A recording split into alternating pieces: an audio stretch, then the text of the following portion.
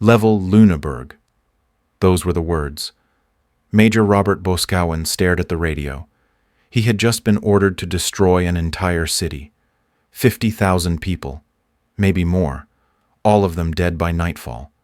If they resisted, if they did not surrender, if they made the wrong choice, Boscawen would make sure they paid for it. That was the order. Level it. Leave nothing standing. Flatten every building. Kill everyone inside. Make Lüneburg disappear. Boscawen was sitting in a Churchill Mark 7 tank. British heavy tank. 75mm gun. 6 inches of armor. It could destroy buildings. Could crush cars. Could kill dozens with one shell. Boscawen commanded 12 of these tanks. 40 men under his command. Good men. Men who followed orders. Men who did not question. Men who would level Lüneburg without hesitation if Boscawen told them to. That was their job. That was what soldiers did. They followed orders.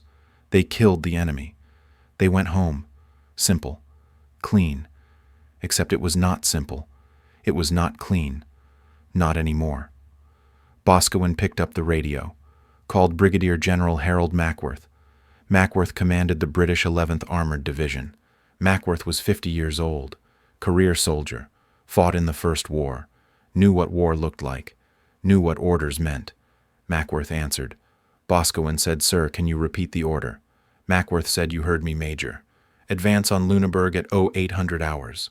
If the city resists, you are to level it. Destroy everything. Leave nothing." Boscawen said, "Sir, intelligence indicates civilians in the city. 50,000 minimum." Mackworth said, "I am aware, Major. If they surrender, you accept the surrender. If they resist, you kill them. All of them. Do you understand?" Boscawen said, "Yes, sir." Mackworth said, "Good. You have 1 hour. Execute at 0800. The radio went dead. 1 hour. Boscawen looked at his watch. 0700. 60 minutes until his tanks rolled into Lüneburg. 60 minutes until 50,000 people found out if they would live or die. 60 minutes until Boscawen found out if he was a soldier or a murderer. He did not know which one he was anymore. He had thought he knew. Had thought soldiers killed the enemy. Soldiers followed orders. Soldiers won wars. But sitting in this tank looking at a city full of people who had done nothing except be born in the wrong country, Boscawen was not sure. He was not sure killing 50,000 people was winning. He was not sure following this order made him a soldier. He thought maybe it made him something else, something worse. His gunner was Corporal James Thornton, 23 years old, from Manchester. Good shot. Never missed, never questioned. Thornton was cleaning the gun, making sure it was ready, making sure it would fire, making sure it would kill. Thornton said, "Sir, what are the orders?" Boscawen said, "We advance at 0800. We give them a chance to surrender. If they do not, we kill them all." Thornton nodded. He said, "Yes, sir." He did not ask questions. He did not look worried. He looked ready. Thornton had been killing Germans for 2 years. This was just one more day, one more city, one more group of enemies. Thornton did not think about it. Boscawen envied that, envied the ability to not think, to just do, to just follow, to just kill. Boscawen used to be able to do that, used to be able to follow orders without thinking, used to be able to kill without wondering if it was right. He could not do that anymore. Something had changed. Something inside him had broken. Or maybe something had finally started working. A German scout plane flew overhead. Low, too low. It was damaged. Black smoke pouring from the engine. Trailing fire.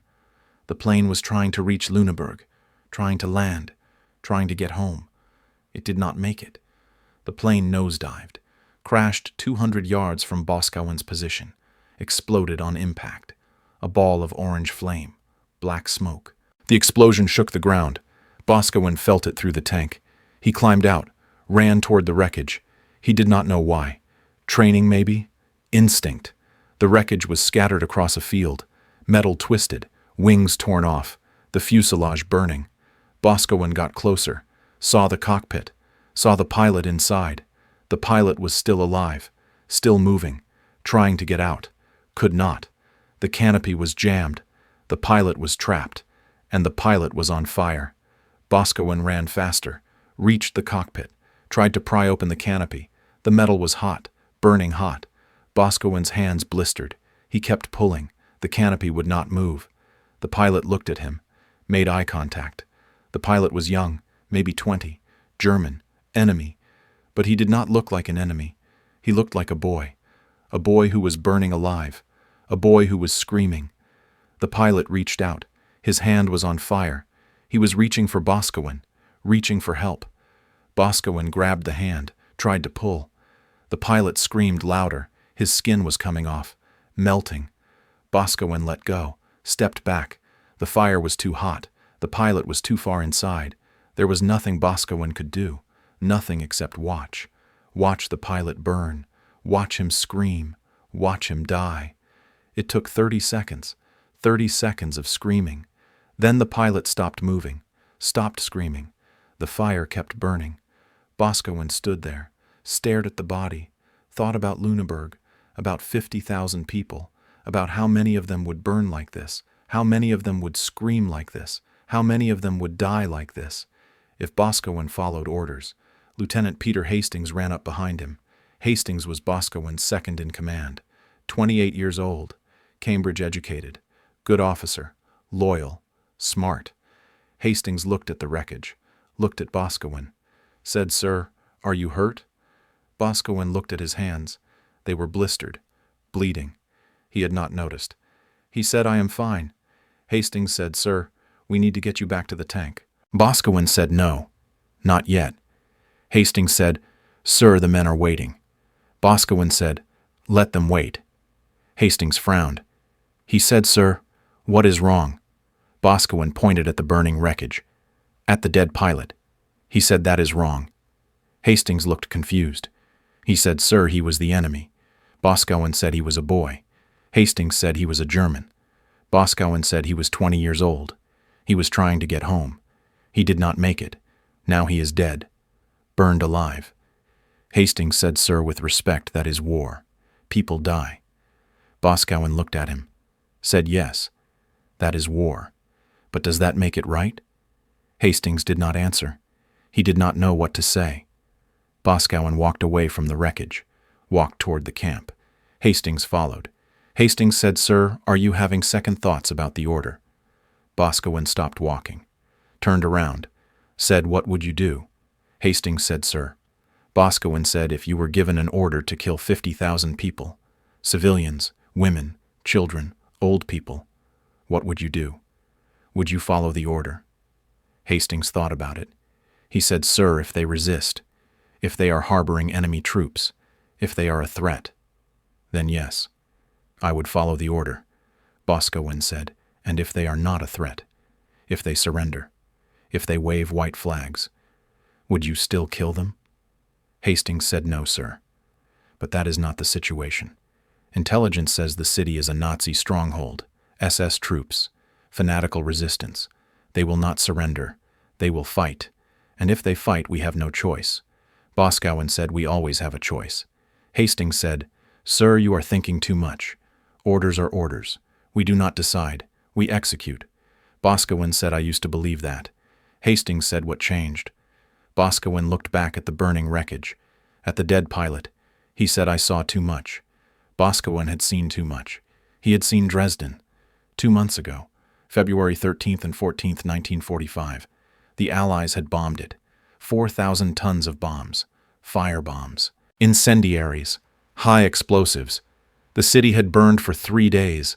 The fires had created a firestorm, a tornado of flame. Temperatures reached 1,000 degrees Celsius. People did not just die. They evaporated, melted, turned into ash. 25,000 dead, maybe 30,000, maybe more. Nobody knew. There were too many bodies, too much ash. Boscawen had seen photographs, had seen the ruins, had seen what 4,000 tons of bombs did to a city, to people, to children. Dresden had been full of refugees, people fleeing the Russians, women, old people, children. They had thought Dresden was safe. They had been wrong. The Allies had burned them. Boscawen had looked at those photographs, had tried to justify it, had told himself it was necessary.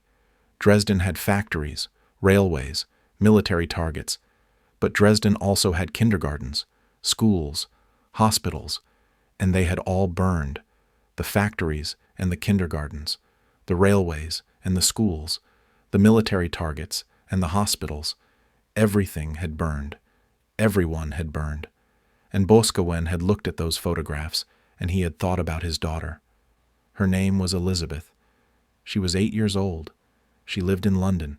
She was safe. But if she had lived in Dresden, she would not be safe. She would be ash. She would be nothing. And Boscawen would never see her again. Boscawen climbed back into his tank, sat down, looked at his watch. Oh, 7:30. 30 minutes until the advance.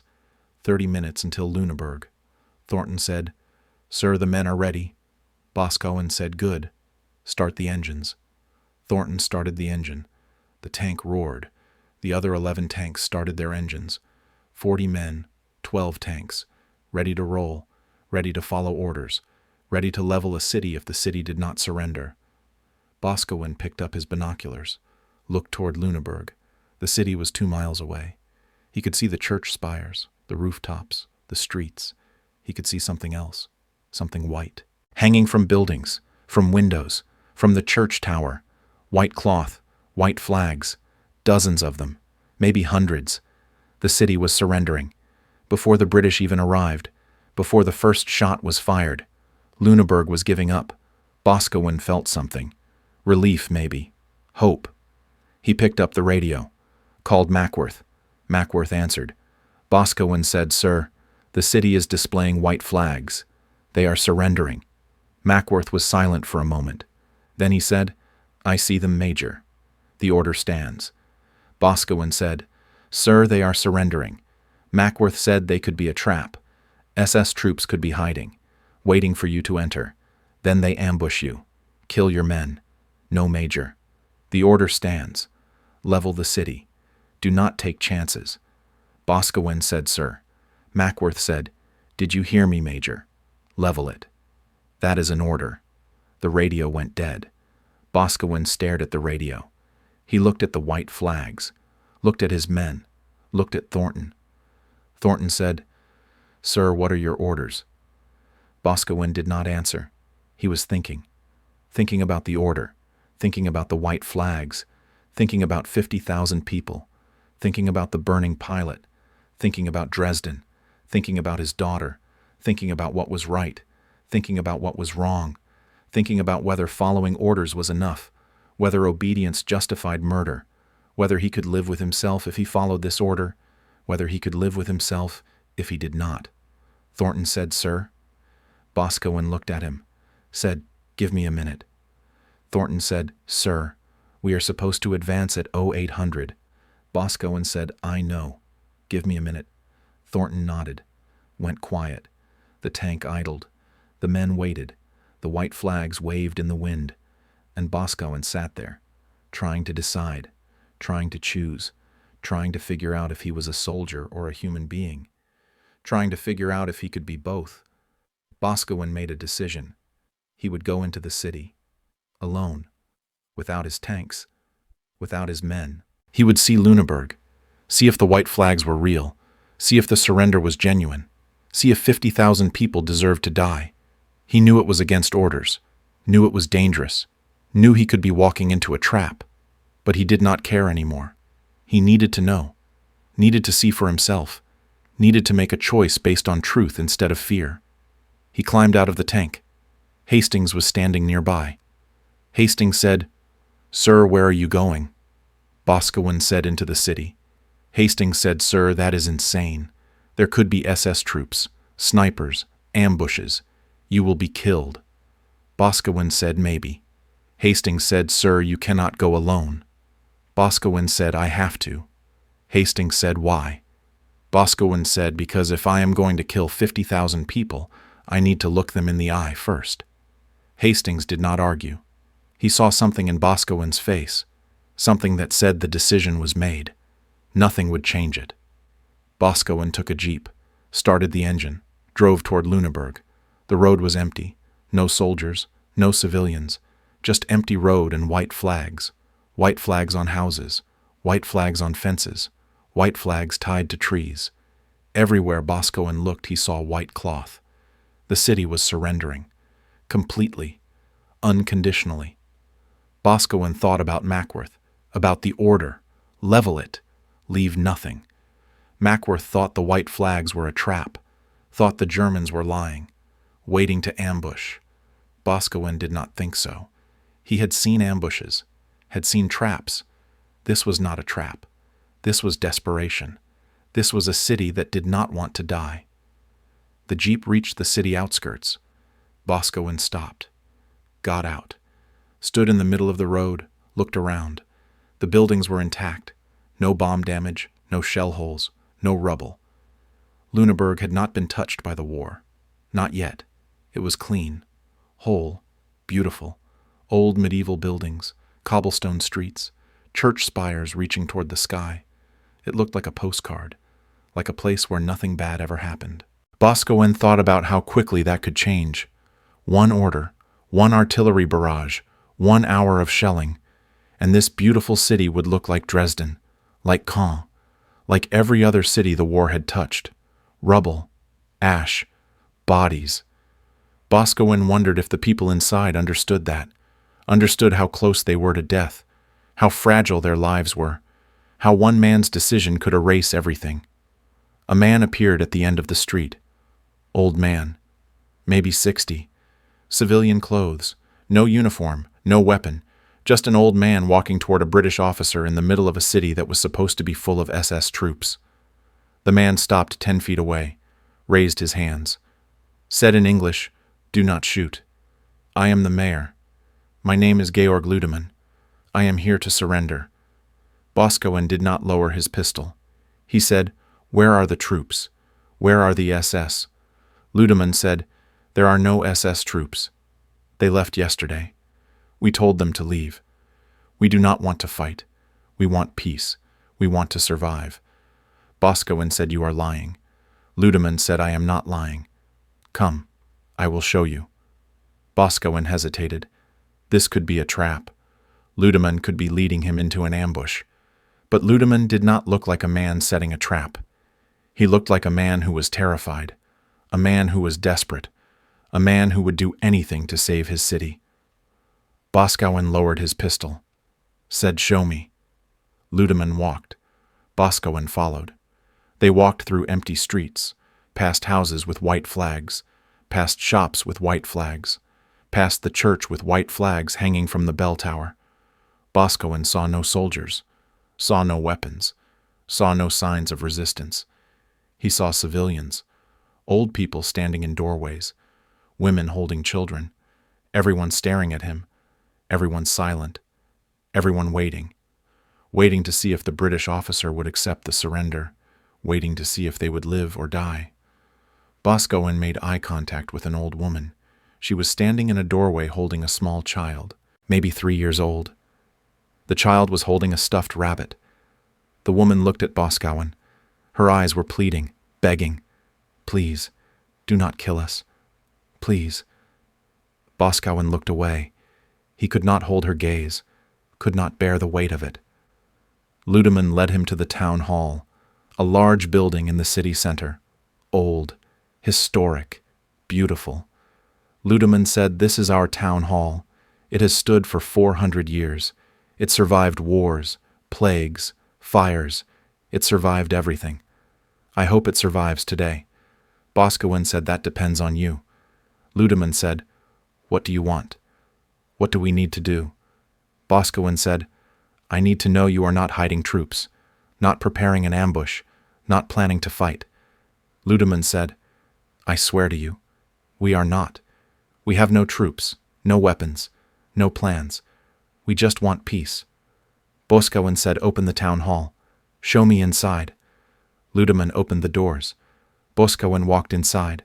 The town hall was full, not with soldiers, with people, hundreds of them, civilians, families, children, old people. They were sitting on the floor, leaning against walls, holding each other.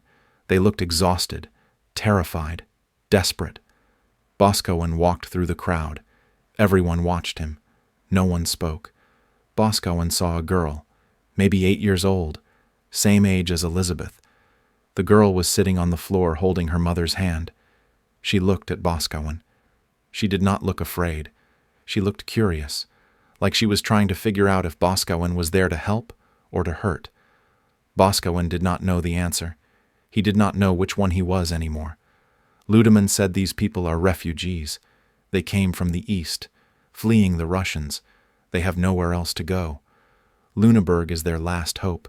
If you destroy this city, you destroy them too. Boscawen said, why did you not evacuate?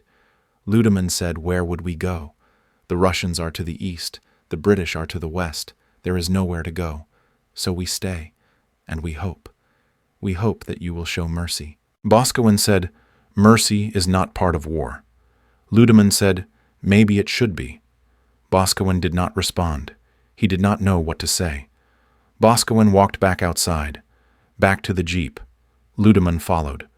Ludeman said, what will you do? Will you accept our surrender? Boscawen said, I do not know. Ludeman said, please, I am begging you. 50,000 people live in this city. Men, women, children, old people, babies. None of them are soldiers. None of them want to fight. They just want to live. Please, do not kill them. Boscawen looked at him, said, I have orders. Orders to level this city if you resist. Ludeman said, we are not resisting. We are surrendering. Look around. White flags everywhere. No soldiers. No weapons. No resistance. We are giving up. Please, accept it. Boscawen said, my commanding officer thinks this is a trap. Ludeman said, it is not a trap. I swear on my life, on my children's lives, on everything I have. This is not a trap. This is surrender. Pure, complete, unconditional. Boscawen said, if you are lying, if there are troops hiding, if you ambush my men, I will come back, and I will level this city. Ludeman said, I understand, and I swear to you, we are not lying. Boscawen nodded. He said, I will return to my men. I will tell them what I saw. I will make a recommendation. But the decision is not mine. It is my commanding officer's. Ludeman said, will he accept the surrender? Boscawen said, I do not know. Ludeman's face fell. He looked devastated. He said, please, try. Try to convince him. Please. Boscawen said, I will try. That is all I can promise. Ludeman nodded. He said, thank you. For coming. For seeing. For giving us a chance. Boscawen said, do not thank me yet. The decision is not made. Boscawen drove back to his men. Hastings was waiting. Hastings said, Sir, thank God you are alive. What did you see? Boscawen climbed out of the jeep. He said, I saw white flags. I saw civilians. I saw refugees. I saw children. I saw no soldiers, no weapons, no SS troops. The city is surrendering.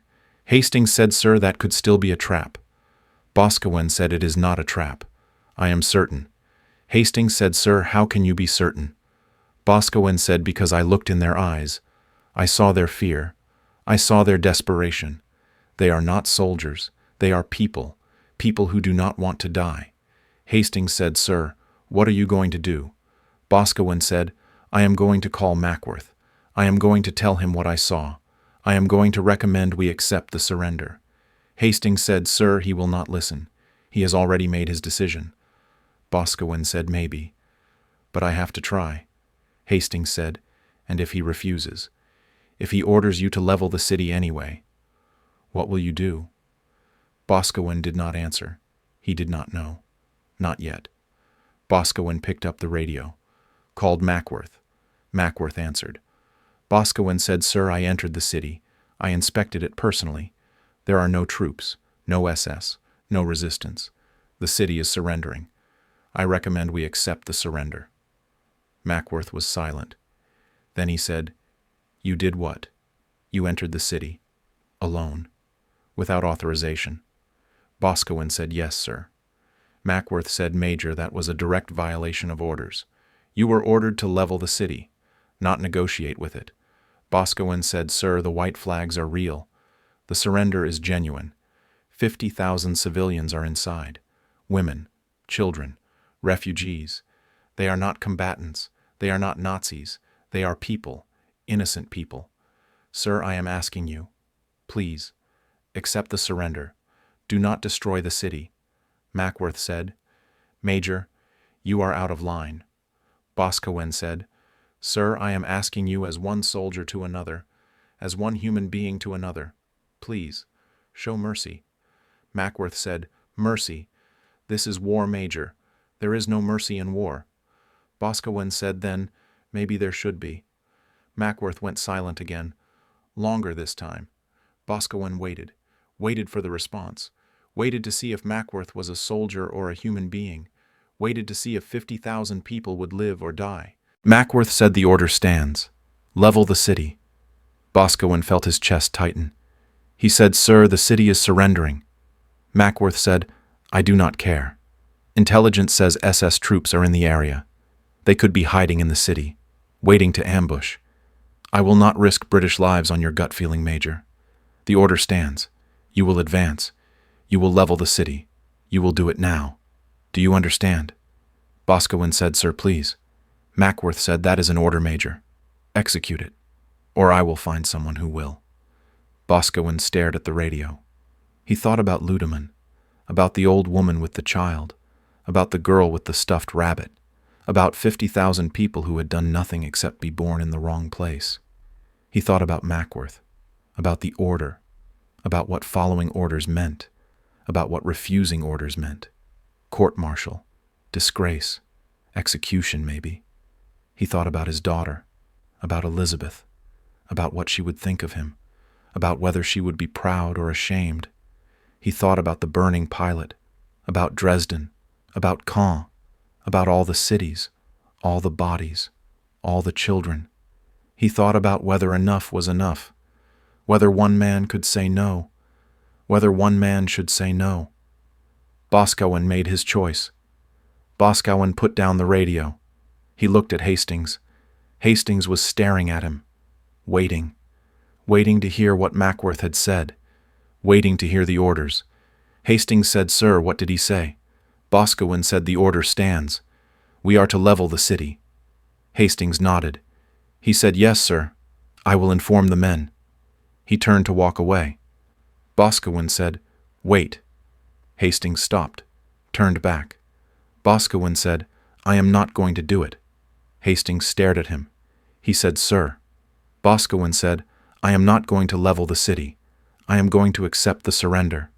Hastings' face went pale. He said, Sir, that is disobeying a direct order. That is insubordination. That is court-martial, maybe execution. Boscawen said, I know. Hastings said, Sir, you cannot do this. Boscawen said, I already decided. Hastings said, Sir, think about what you are doing. Think about your career, your family, your daughter. What will happen to them if you are court-martialed? Boscawen said, I have thought about it. I thought about Elizabeth, about what she would think if I killed 50,000 people, about what I would tell her, about whether she could ever look at me the same way. I thought about it, and I decided I would rather face a court-martial than face her knowing I murdered children. Hastings did not respond. He did not know what to say. Thornton climbed out of the tank. He walked over. He said, Sir, what are the orders? Boscawen said, We are accepting the surrender. We are not leveling the city. Thornton frowned. He said, Sir, General Mackworth ordered us to level it. Boscawen said, I know. Thornton said, Sir, are you refusing the order? Boscawen said, Yes. Thornton stared at him. He said, Sir, that is treason. Boscawen said, No. That is mercy. There is a difference. Thornton said, Sir, the men will not follow you. They follow orders. They follow the chain of command. If you break the chain, you lose them. Boscawen said then, I lose them.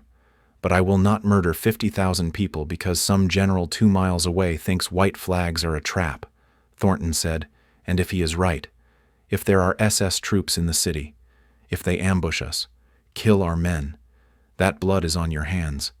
Boscawen said, Yes, it is, and I will live with that. But I will not live with dead children. Not anymore. Thornton shook his head. He said, "Sir, you are making a mistake." Boscawen said, "Maybe, but it is my mistake to make." Boscawen walked to the center of the camp. His men were standing around their tanks, waiting for orders, waiting to advance, waiting to fight. Boscawen stood in front of them.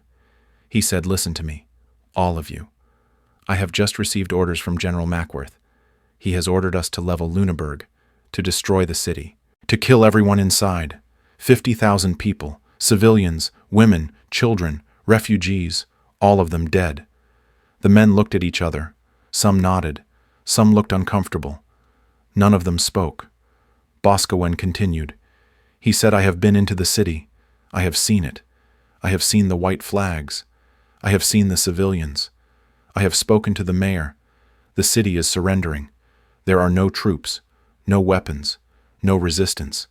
Just people. People who want to live. And I am telling you now, I am not going to kill them. I am accepting the surrender. I am refusing General Mackworth's order." The men went silent. Dead silent. Nobody moved. Nobody spoke. They were staring at Boscawen, staring at him like he had just said something insane. Maybe he had. Maybe refusing orders was insane. Maybe it was suicide. But Boscawen did not care anymore. He said, "I know what this means. I know I am facing court-martial. I know I could be executed. I know I am asking you to follow me into something dangerous, something that could end your careers, end your lives. So I am giving you a choice I did not have. You can follow me, or you can stay here. Wait for another officer. Follow Mackworth's orders. Level the city. No one will blame you. No one will punish you. You will be following orders, doing your duty. Or you can come with me. Refuse the order. Accept the surrender. Save 50,000 lives, and face whatever consequences come. The choice is yours. I will not force you. I will not order you. I am just asking. Who will follow me?" Nobody moved. Nobody spoke.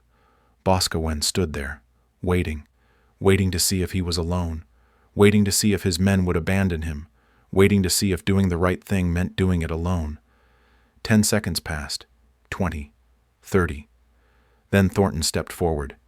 He said, "I will follow you, sir." Boscawen looked at him, surprised. Thornton said, "I do not agree with you. I think you are wrong. I think this is a mistake. But you are my commanding officer, and you have never led me wrong before. So I will follow you now, even if it kills me." Boscawen nodded. He said, "Thank you, Thornton." Thornton said, "Do not thank me yet, sir. This might get us all killed." Another soldier stepped forward. Private William Davis, 20 years old, from Bristol. Davis said, "I will follow you, sir." Then another, Corporal Henry Reed. Then another. Then another. One by one the men stepped forward. 40 men. Every single one. They all chose to follow, chose to refuse orders, chose to risk their lives and careers, chose mercy over obedience. Boscawen looked at them.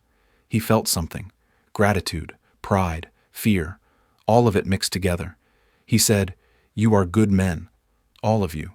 Whatever happens next, whatever consequences we face, I want you to know that. You are good men, and I am honored to serve with you." Hastings stepped forward. He said, "Sir, if we are doing this, we need to move fast. Mackworth will realize you are not advancing. He will send another unit, or he will come himself. We have maybe 30 minutes before someone else shows up and levels that city." Boscawen said, "You are right." He turned to his men. He said, "Mount up. We are going into Lüneburg. We are accepting the surrender. We are saving that city. And if anyone tries to stop us, we deal with them." "Understood." The men said, "Yes, sir." They climbed into their tanks, started the engines. Boscawen climbed into his tank. Thornton was already inside. Thornton said, "Sir, where to?" Boscawen said, "The town hall. We are going to find Mayor Ludeman.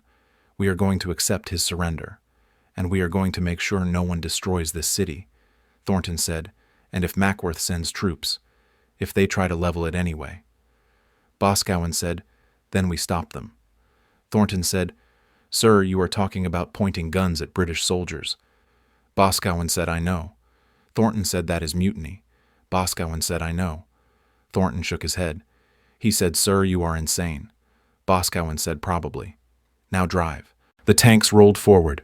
12 Churchill tanks, 40 men, all of them defying orders, all of them choosing conscience over command, all of them risking everything.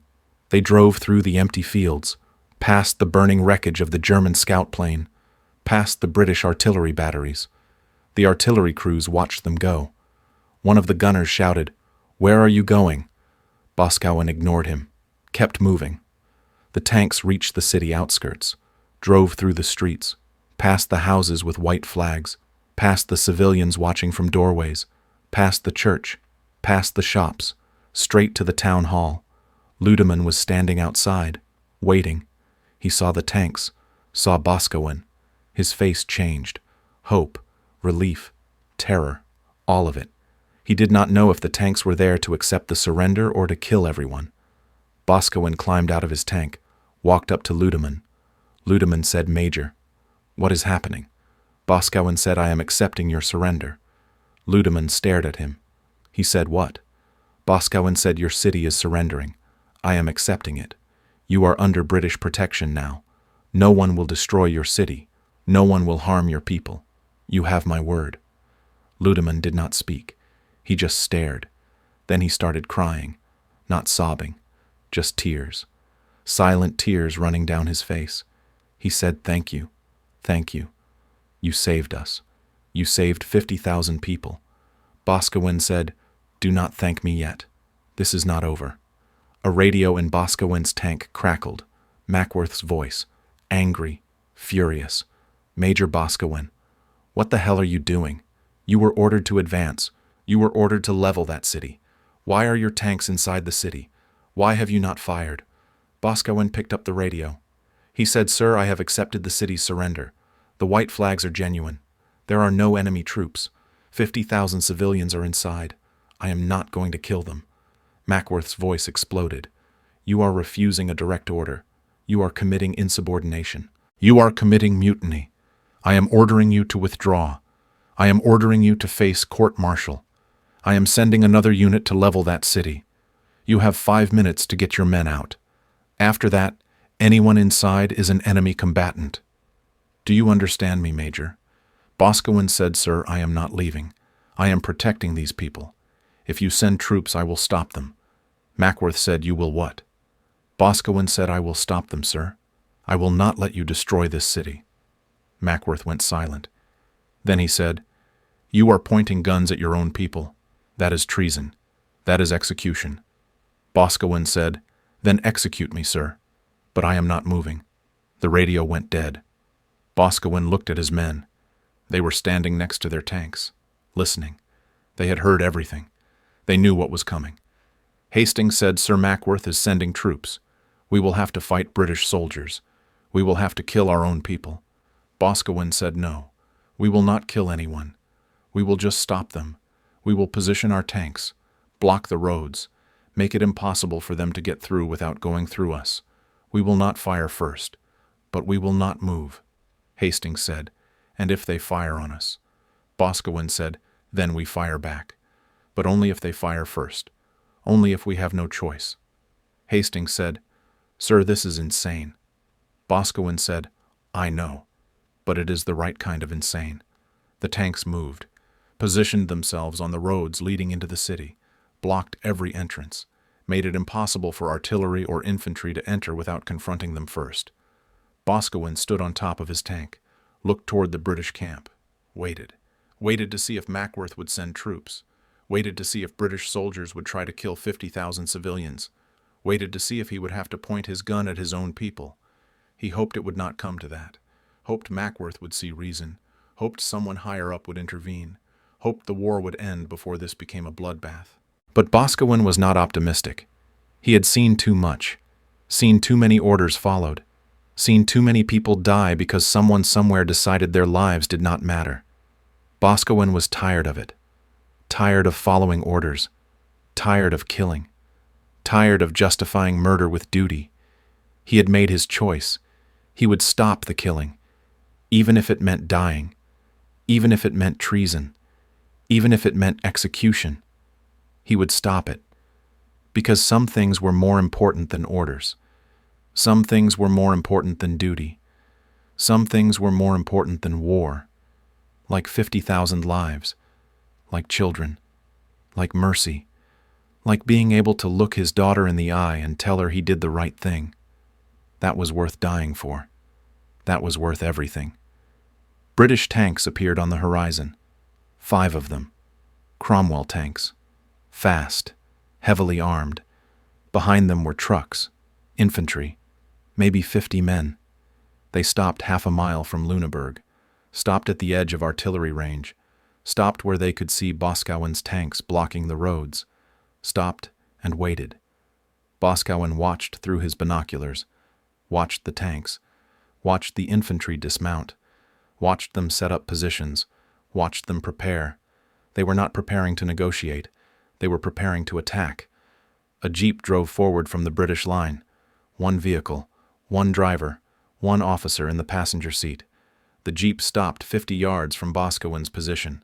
The officer climbed out. Boscawen recognized him. Colonel James Whitmore, Mackworth's second in command, 55 years old, career officer, veteran of both wars, hard man, loyal man, man who followed orders no matter what. Whitmore walked forward, alone, unarmed, hands visible. He stopped 10 yards from Boscawen's tank. He said, "Major Boscawen." Boscawen climbed down from his tank, walked forward, stopped 5 yards from Whitmore. He said, "Colonel." Whitmore said, "You know why I am here?" Boscawen said, "Yes." Whitmore said, "General Mackworth has ordered me to remove you from that city, by force if necessary, by any means necessary. He has ordered me to level Lüneburg, to complete the mission you refused." Boscawen said, "I cannot let you do that." Whitmore said, "You cannot stop me. I have 5 tanks, 50 men, artillery support. You have 12 tanks and 40 men. We outnumber you. We outgun you. Stand down, Major. Surrender. Face your court-martial. Let us do our job." Boscawen said no. Whitmore said, "Major, you are committing treason. You are pointing guns at British soldiers. You are defending an enemy city. You are a traitor." Boscawen said, "I am defending 50,000 innocent people. That does not make me a traitor. That makes me human." Whitmore said, "The law does not care about humanity. The law cares about orders. You disobeyed. You mutinied. You will hang for this." Boscawen said, "Maybe. But I will hang knowing I did not murder children. Can you say the same?" Whitmore's face hardened. He said, "I have my orders, Major. I will follow them. If you do not stand down, I will open fire. I will destroy your tanks. I will kill your men. Then I will level that city. Everything you did, everyone you tried to save, it will mean nothing. They will die anyway. And so will you. Is that what you want?" Boscawen said, "What I want is for you to see reason, to see that leveling a surrendered city is murder, to see that we are better than this. We are British. We have honor. We have principles. We do not massacre civilians." Whitmore said, "We are at war. War has no honor. War has no principles. War has orders, and orders must be followed." Boscawen said, "Even if the orders are wrong." Whitmore said, "Yes, even if the orders are wrong. Because if we start deciding which orders to follow and which to ignore, then we have no army. We have chaos. We have anarchy. We have defeat. Orders keep us alive. Orders win wars. Orders matter more than individuals, more than cities, more than 50,000 lives." Boscawen said, "I used to believe that." Whitmore said, "And now?" Boscawen said, "Now I think orders that require murder are not orders worth following." Whitmore shook his head. He said, "You are a fool, Major, a naive fool, and you are going to die for your naivety." Boscawen said, "Better to die a fool than live a murderer." Whitmore turned around, walked back to his jeep, got in, drove back to the British line. Boscawen climbed back onto his tank. Hastings was standing nearby. Hastings said, "Sir, he is going to attack." Boscawen said, "I know." Hastings said, "Sir, we cannot win. They have more tanks, more men, more support. We will be slaughtered." Boscawen said, "Maybe, but we will not surrender." Hastings said, "Sir, there has to be another way." Boscawen said, "If you think of one, let me know." Hastings said, "Sir, this is suicide." Boscawen said, "Probably. But it is the right kind of suicide." Hastings stared at him. He said, "Sir, you are insane." Boscawen said, "You keep saying that. Maybe you are right. Now get back to your tank. Tell the men to prepare." Hastings walked away. He was shaking. Not from fear, from something else. Anger, maybe. Frustration. He did not want to die. None of them wanted to die. But they had made their choice. They had followed Boscawen. They would follow him to the end, even if the end was death. Thornton was inside the tank, loading the gun, making sure it was ready, making sure it would fire. He said, "Sir, are we really doing this? Are we really going to shoot at British soldiers?" Boscawen said, "Only if they shoot first." Thornton said, "They will shoot first, sir. They have orders. They will follow them." Boscawen said, "Then we fire back. But we aim for the tanks, not the men. We disable their vehicles. We do not kill unless we have no choice." Thornton said, "Sir, that gives them a huge advantage. They will be aiming to kill. We will be aiming to disable. We will lose." Boscawen said, "Yes, we probably will." Thornton said, "Then, why are we doing this?" Boscawen said, "Because losing while doing the right thing is better than winning while doing the wrong thing." Thornton said, "Sir, that is the stupidest thing I have ever heard." Boscawen said, "Probably. Now finish loading that gun." Behind Boscawen, the city was watching. Civilians were standing in doorways, on rooftops, in streets, watching the tanks, watching the British soldiers, watching their fate being decided by men who did not know them, did not care about them, saw them as numbers, as targets, as acceptable losses. Ludeman was standing on the steps of the town hall. He saw the British tanks, saw them preparing to attack. He turned to the people behind him, the refugees, the families, the children. He said, "Go inside, get to the basements, stay away from windows. If shooting starts, stay down. Do not come out until it is over." The people obeyed.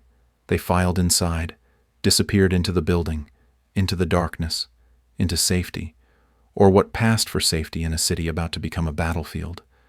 Ludeman walked toward Boscawen's tank. Boscawen saw him coming, climbed down. Ludeman said, "Major, what is happening?"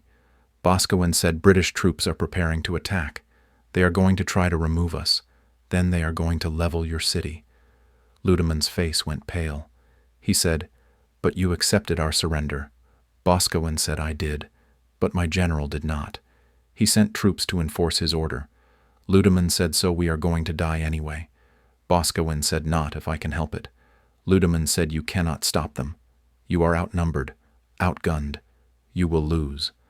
Boscawen said, "Maybe, but I will make it as difficult as possible." Ludeman said, "Why? Why are you doing this? Why are you risking your life for us? For people you do not know? For Germans? For enemies?" Boscawen looked at him. He said, "Because you are not my enemy. You are just people. People who want to live, and I will not let anyone kill you. Not without a fight." Ludeman did not speak. He just stared. Then he said, "Thank you. Thank you for trying. Even if we die. Even if you fail. Thank you for trying." Boscawen said, "Go back inside. Get everyone to safety. And pray this ends without bloodshed." Ludeman nodded. He walked back to the town hall, disappeared inside, left Boscawen alone, alone with his tanks, his men, his choice. The British tanks started moving, slowly, advancing toward Lüneburg, toward Boscawen, toward the showdown. 50 yards, 40 yards, 30 yards. They stopped, waited. A loudspeaker crackled. Whitmore's voice. "This is Colonel Whitmore. Major Boscawen, you have 1 minute to surrender. 1 minute to stand down. 1 minute to save your men. If you do not comply, we will open fire. We will destroy your tanks. We will level the city. This is your last chance. Surrender now." Boscawen picked up his radio, broadcast on the same frequency. He said, "Colonel Whitmore, this is Major Boscawen. I am not surrendering. I am not standing down. If you want this city, you will have to go through me, through my men, through 12 Churchill tanks. We will not fire first, But if you fire on us, we will fire back, and we will not miss. This is your last chance. Turn around. Report to General Mackworth. Tell him the city has surrendered. Tell him the war is almost over. Tell him murdering 50,000 people will not change the outcome. Tell him to show mercy." Whitmore's voice came back. "There is no mercy in war, Major. Only victory and defeat. You have chosen defeat. Now you will pay for it." The British tanks fired. All 5 of them. Shells screamed through the air, slammed into the ground around Boscawen's position, exploded. Dirt and debris flew everywhere. One shell hit Boscawen's tank, glanced off the armor, did not penetrate, but the impact shook the tank, threw Boscawen against the hatch. He tasted blood. His lip was split. He climbed back inside, shouted at Thornton, "Return fire, aim for their tracks, disable them, do not kill." Thornton fired.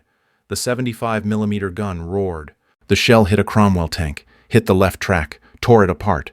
The tank stopped, could not move, could not advance, but it could still fire. And it did. Fired again. Hit another of Boscawen's tanks.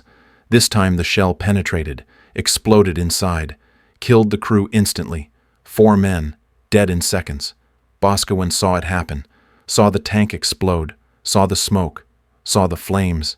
He thought about the men inside, thought about their families, thought about the letters that would be sent, thought about how those letters would say "died in combat." They would not say "died defending a German city," "died refusing orders," "died committing treason," just "died in combat." Heroic, clean, a lie, more shells, more explosions. Boscawen's tanks returned fire, disabled 2 more Cromwells, but the British had infantry, 50 men. They advanced on foot, took cover behind rubble, behind buildings, started firing rifles, machine guns. Bullets pinged off Boscawen's tanks, harmless against armor. But some of Boscawen's men were outside, exposed. One of them fell, shot in the chest, dead before he hit the ground. Boscawen shouted, "Get everyone inside the tanks, now." The men scrambled, climbed into their tanks, buttoned up, sealed themselves inside steel coffins, safe from bullets, not safe from shells. Another explosion. Another tank hit. This one did not explode, but it was disabled, could not move, could not fight. 3 tanks down, 9 left. Boscawen's force was shrinking. The British kept advancing, kept firing, kept pushing forward. Boscawen knew he could not win, knew he would lose, knew he would die, but he did not stop, did not surrender, did not run. He kept fighting, kept firing, kept trying to protect a city that was not his, protect people who were not his, protect lives that nobody else cared about. He kept fighting because stopping meant giving up. Giving up meant 50,000 dead, and Boscawen would rather die than let that happen. Then the radio crackled again. A different voice. Not Whitmore, not Mackworth, someone else. An American accent. "This is General Matthew Ridgway, United States Army. To all British forces, cease fire immediately. Cease fire now. That is an order." Boscawen froze. Ridgway. He knew that name. Ridgway commanded American forces in the region. High-ranking, influential, respected. Why was an American general ordering British troops to stop fighting? The shooting stopped. Slowly. The British tanks stopped firing. The infantry stopped advancing. Everyone stopped. Confused. Waiting. Ridgway's voice continued. "I have just received word from Supreme Allied Command. Germany has agreed to a ceasefire, effective immediately. All combat operations are to cease. All troops are to hold their positions. The war is over. Repeat, the war is over." Boscawen climbed out of his tank, stood on top, looked around. The British soldiers were standing, staring, not moving, not speaking, just standing, trying to process, trying to understand. The war was over, after 6 years, after millions dead, after countless battles. It was over, and they had been seconds away from killing each other, seconds away from a massacre, seconds away from destroying a city that no longer needed to be destroyed. Boscawen looked at Whitmore. Whitmore was standing next to his jeep. He looked stunned. He looked at Boscawen. Boscawen looked back. Neither of them spoke. There was nothing to say. The war was over. Lüneburg was saved. 50,000 people would live, not because of strategy, not because of orders, because the war ended 5 minutes too soon, or 5 minutes too late, depending on how you looked at it. The ceasefire held. Germany surrendered officially 7 days later, May 8, 1945. Victory in Europe Day. The war was over. 6 years, 60 million dead, cities destroyed, countries shattered, empires fallen, and it was over. Just like that. One day there was war, the next day there was not. Boscawen stood in Lüneburg watching the celebrations, watching civilians pour into the streets, watching them cry, hug each other, dance, celebrate survival. 50,000 people who should have been dead, who would have been dead if the war had lasted 5 more minutes, or if Boscawen had followed orders. They were alive. They were celebrating. They did not know how close they had come, did not know they had been seconds from annihilation, did not know one British officer had refused an order and saved them. They just knew they were alive. That was enough. Mackworth arrived 2 days after the ceasefire. He came to Lüneburg, came to confront Boscawen, came to arrest him. Boscawen was standing outside the town hall when Mackworth's jeep pulled up. Mackworth climbed out. He did not look angry. He looked tired, old, defeated. He walked up to Boscawen, stood face to face, said, "Major Boscawen, you are under arrest for insubordination, for mutiny, for treason. You will be taken to headquarters. You will face a court-martial. You will be judged by a military tribunal. Do you understand?" Boscawen said, "Yes, sir. I understand." Mackworth said, "Do you have anything to say?" Boscawen said, "No, sir. Nothing." Mackworth stared at him. He said, "You saved 50,000 people." Boscawen said, "Yes, sir." Mackworth said, "You also killed 5 British soldiers." Boscawen looked down. He said, "Yes, sir. I know." Mackworth said, "Was it worth it? 5 dead to save 50,000. Boscawen said, "I do not know, sir. I think about those 5 men every day. I think about their families. I think about whether I could have done things differently, whether I could have saved the city without fighting, without killing. I do not know. I just know I could not follow your order. I could not level this city, and I would make the same choice again, even knowing what it cost." Mackworth nodded. He said, "I believe you." He turned around, walked back to his jeep, drove away. He did not arrest Boscawen. He did not take him to headquarters. He just left Boscawen standing there, confused, free, alive. Hastings walked up. He said, "Sir, what just happened?" Boscawen said, "I do not know." Hastings said, "He came to arrest you. Why did he leave?" Boscawen said, "Maybe he realized the war is over. Maybe he realized court-martialing a man for saving 50,000 people is not a good look. Maybe he just does not care anymore." Hastings said, "Or maybe he agrees with you. Maybe he thinks you were right." Boscawen said, "Maybe, but he will never say it." Hastings said, "Sir, what happens now?" Boscawen said, "I do not know. We wait. We see if anyone else comes. We see if they still want to arrest me. We see what the army decides." Hastings said, "And if they do arrest you?" Boscawen said, "Then I face my court-martial, and I accept whatever punishment they give." Hastings said, "Sir, you saved a city. You saved 50,000 people. They should give you a medal, not a court-martial." Boscawen said the army does not give medals for disobeying orders, even when disobeying is the right thing to do. Nobody came to arrest Boscawen. Not that day, not the next day, not ever. The British army was overwhelmed. Millions of soldiers to demobilize, thousands of prisoners to process, cities to rebuild, governments to establish. They did not have time to court-martial one major who had refused one order, especially when that refusal had saved 50,000 civilians, especially when the war was over and nobody wanted to think about it anymore. So they ignored it, pretended it never happened, filed the reports, buried them, moved on. Boscawen was never officially cleared, but he was never officially charged either. He existed in a gray area, not innocent, not guilty, just forgotten. He stayed in Lüneburg for 3 weeks, helped with reconstruction, helped distribute food, helped establish order. Then he was reassigned, sent back to England, sent home. The war was over. His service was done. Boscawen went home to London, to his wife Catherine, to his daughter Elizabeth. They were waiting at the train station when he arrived. Elizabeth saw him first. She was 8 years old. She had not seen her father in 2 years. She ran toward him, shouted "Daddy." Boscawen dropped his bag, knelt down, caught her, held her. She was crying. He was crying. Catherine walked up behind Elizabeth. She did not say anything, just looked at Boscawen, looked at him like she was making sure he was real, making sure he was alive, making sure he had come home.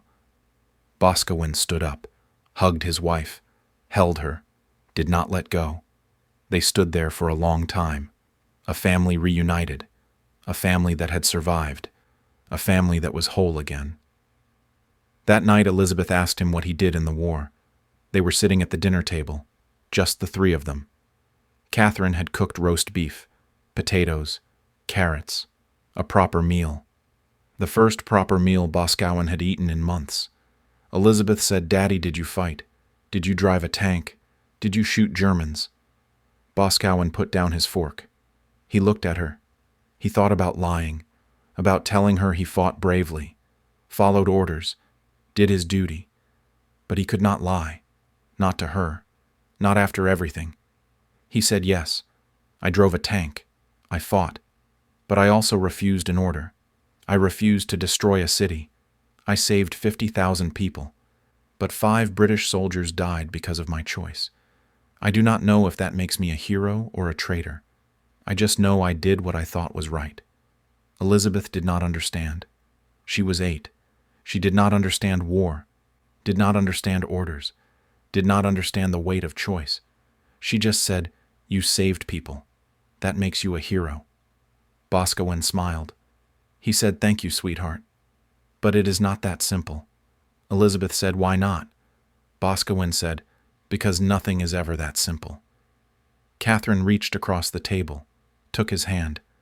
She said, "Robert, you did the right thing. I know you did." Boscawen said, "I killed 5 men, 5 British soldiers." Catherine said, "You saved 50,000. That is what matters." Boscawen said, "Is it? Is that how we measure? 5 deaths versus 50,000 lives. Do the 50,000 outweigh the 5? Catherine said, "Yes, they do." Boscawen said, "I wish I believed that. I wish it was that easy. But I think about those 5 men. I think about them every day. And I wonder if their families think 50,000 German lives were worth their sons, their brothers, their husbands. I do not think they do." Catherine did not respond. She did not know what to say. Neither did Boscawen. So they sat in silence, ate their meal, tried to be a family again. Boscawen received a letter 2 months later, from Germany, from Lüneburg, from Mayor Georg Ludemann. The letter said, "Dear Major Boscawen, I am writing to thank you for what you did, for refusing orders, for saving our city, for saving 50,000 lives, my life, my family's lives, the lives of everyone in Lüneburg. We owe you everything. The city is rebuilding, slowly, but we are alive. We are here, because of you. I know you paid a price. I know British soldiers died. I know you carry that weight. I wish I could tell you it was worth it. I wish I could ease your burden. But I can only tell you this. 50,000 people are alive today because of your choice. Children are playing in the streets. Families are together. Life continues. That is because of you. Whatever guilt you carry, whatever pain you feel, please know that your choice mattered. Your sacrifice mattered. You saved us, and we will never forget. With deepest gratitude, Georg Ludemann." Boscawen read the letter 3 times, folded it, put it in his desk drawer. He did not show it to Catherine, did not show it to Elizabeth, just kept it as a reminder that his choice had consequences, good consequences, bad consequences, both, always both. Boscawen never spoke about Lüneburg publicly, never told the story, never sought recognition. He went back to civilian life, worked as an engineer, raised his daughter, grew old, lived quietly, died in 1978. He was 66 years old. Heart attack. Quick. Painless. He was buried in London. Military honors. Catherine and Elizabeth were there. So were his former soldiers. Thornton, Hastings, Davis, Reed. Men who had followed him. Men who had refused orders with him. Men who had survived. They stood at his grave, saluted, said goodbye, remembered a man who had chosen conscience over command, humanity over orders, mercy over duty. They remembered a man who had saved 50,000 people and paid for it every day of his life. Lüneburg did not forget. The city erected a monument in 1985, 40 years after the war, a stone memorial in the town square. It read, "In memory of Major Robert Boscawen, British Army, who refused orders to destroy this city, who saved 50,000 lives, who showed that mercy is stronger than war, humanity is stronger than duty, conscience is stronger than command. We remember, we honor, we thank the people of Lüneburg." Elizabeth attended the ceremony. She was 48 years old. She stood in the town square surrounded by Germans, surrounded by people her father had saved, people who remembered, people who cared. The mayor of Lüneburg spoke. He said Major Boscawen made a choice that cost him, a choice that saved us. We are here today because one man said no, one man refused, one man chose people over orders. That is courage, that is honor, that is humanity. We will never forget, Elizabeth cried. Not sad tears, proud tears. She finally understood what her father had done, finally understood the weight he had carried, finally understood why he had seemed so tired, so sad, so burdened. He had saved 50,000 people, and he had lived with the cost, every single day, until the day he died. The monument still stands today, in the center of Lüneburg, a stone memorial to a man who said no, a man who refused, a man who chose mercy. Tourists walk past it. Most do not stop. Most do not read it. But the people of Lüneburg remember. They teach their children. Tell the story. Make sure it is not forgotten.